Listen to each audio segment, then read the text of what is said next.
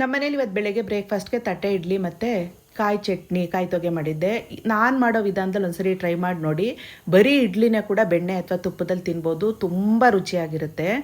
ಇದಕ್ಕೆ ನಾನು ತಗೊಳ್ಳೋ ಮೆಜರ್ಮೆಂಟು ಕಪ್ಪಾಗಲಿ ಲೋಟ ಆಗಲಿ ಯಾವುದಾದ್ರೂ ಪರವಾಗಿಲ್ಲ, 4:1 ಅಂದರೆ 4 ಇಡ್ಲಿ ಅಕ್ಕಿ ತೊಗೊಂಡ್ರೆ 1 ಉದ್ದಿನಬೇಳೆ ತೊಗೋತಾ ಇದ್ದೀನಿ. ಚೆನ್ನಾಗಿ ತೊಳೆದು ಸಪ್ರೇಟಾಗಿ ನೆನೆ ಹಾಕ್ಕೊಂಡು 6ರಿಂದ 7 ಗಂಟೆ ನೆನೆಸ್ಕೊಂಡ್ಮೇಲೆ 1/4 ಕಪ್ಪು ಸಬ್ಬಕ್ಕಿನೂ ಕೂಡ ಚೆನ್ನಾಗಿ ತೊಳೆದು 1 ಅವರ್ ಮುಂಚೆ ನೆನೆಸ್ಕೊಂಡು ಅದಕ್ಕೆ 1 ಇಡಿಯಷ್ಟು ಅನ್ನನ ಸೇರಿಸ್ಕೊಂಡು ನುಣ್ಣಗೆ ರುಬ್ಕೊಂಡು ಸೇರಿಸ್ಕೊತಾ ಇದ್ದೀನಿ. ಎಲ್ಲ ಒಂದಾದ್ಮೇಲೆ ಒಂದು ರುಬ್ಕೊಂಡು ನುಣ್ಣಗೆ. ಇವಾಗ ಬೇಸಿಗೆ ಅಲ್ವಾ, ಫ್ರಿಡ್ಜ್ ನೀರು ಹಾಕ್ಕೊಂಡು ರುಬ್ಕೊಂಡ್ರೆ ಮಿಕ್ಸರು ಬಿಸಿ ಬರಲ್ಲ, ಹಿಟ್ಟು ಹದವಾಗಿ ಬರುತ್ತೆ.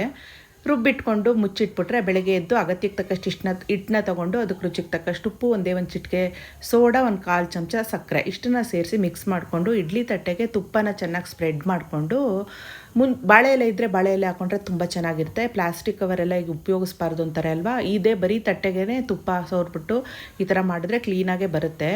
ಜೊತೆಗೆ ಇಡ್ಲಿ ಪಾತ್ರೆಗೆ 1 ದೊಡ್ಡ ಗ್ಲಾಸಷ್ಟು ನೀರನ್ನ ಕಾಯಕ್ಕಿಟ್ಟಿದ್ದೆ. ಎಲ್ಲರಿಗೂ ಗೊತ್ತಿರುತ್ತೆ, ಯಂಗ್ಸ್ಟರ್ಸ್ ಹೊಸಬ್ರು ಯಾರು ಮಾಡೋಕ್ಕೆ ಅನುಕೂಲ ಆಗಲಿ ಅಂದ್ಬಿಟ್ಟು ನಾನು ಸ್ಟೆಪ್ ಬೈ ಸ್ಟೆಪ್ ಹೇಳ್ತಾ ಇದ್ದೀನಿ. ನೀರು ಚೆನ್ನಾಗಿ ಕಾಯ್ದ ಮೇಲೆ ಈ ತಟ್ಟೆನ ಜೋಡಿಸ್ಕೊಂಡಿರ್ತೀವಲ್ವ ಅದನ್ನು ಇಟ್ಟು ಕರೆಕ್ಟಾಗಿ 10 ನಿಮಿಷ ಬೇಯಿಸ್ಕೊಂಡ್ರೆ ಸಾಕು. ಇನ್ನು ಕಡಿಮೆಗೆ ಬೇಯಿಸ್ಬಿಟ್ರೆ ಗಟ್ಟಿಗಾಗ್ಬಿಡುತ್ತೆ, ಜಾಸ್ತಿ ಬೇಯಿಸ್ಬಿಟ್ರೆ ಓವರ್ ಕುಕ್ ಆಗಿಬಿಡುತ್ತೆ. 10 ನಿಮಿಷ ಕರೆಕ್ಟಾಗಿ ನಾನು ಬೇಯಿಸ್ಕೊಳ್ಳೋವಂಥದ್ದು. ಬೇಯಿಸ್ಕೊಂಡ್ಮೇಲೆ ಇಲ್ಲಿ ಕಾಯಿ, ಕಡಲೆ, ಕೊತ್ತಂಬರಿ, ಕರಿಬೇವು, ಬೆಳ್ಳುಳ್ಳಿ, ಉಪ್ಪು ಹಾಕಿ ಕಾಯಿ ಚಟ್ನಿ, ಕಾಯಿ, ಏಲಕ್ಕಿ, ಬೆಲ್ಲ ಹಾಕಿ ರುಬ್ಕೊಂಡಂಥ ಕಾಯಿ ತೊಗೆ, ಇವೆರಡರ ಕಾಂಬಿನೇಷನ್ ಜೊತೆ ಈ ಥರ ಇಡ್ಲಿ ಮಾಡ್ಕೊಂಡು ತಿಂತಾಯಿದ್ರೆ ಸಖತ್ತಾಗಿರುತ್ತೆ. ನಾನು ಆಗಲೇ ಹೇಳ್ದಂಗೆ ಬರೀ ಇಡ್ಲಿನ ಕೂಡ ತಿನ್ಕೋಬೋದು. ಮೆಜರ್ಮೆಂಟ್ ಇನ್ನೊಂದ್ಸರಿ ಹೇಳ್ಬಿಡ್ತೀನಿ ಕೇಳಿ. ನೀವು ಕಪ್ಪಲ್ಲಾರು ತೊಗೊಳ್ಳಿ ಅಥವಾ ಲೋಟದಲ್ಲಾರು ತೊಗೊಳ್ಳಿ. 4 ಕಪ್ ಇಡ್ಲಿ ಅಕ್ಕಿಗೆ 1 ಕಪ್ ಉದ್ದಿನಬೇಳೆ, 1/4 ಕಪ್ಪು ಸಬ್ಬಕ್ಕಿ, ಒಂದೇ 1 ಇಡಿ ಅನ್ನ.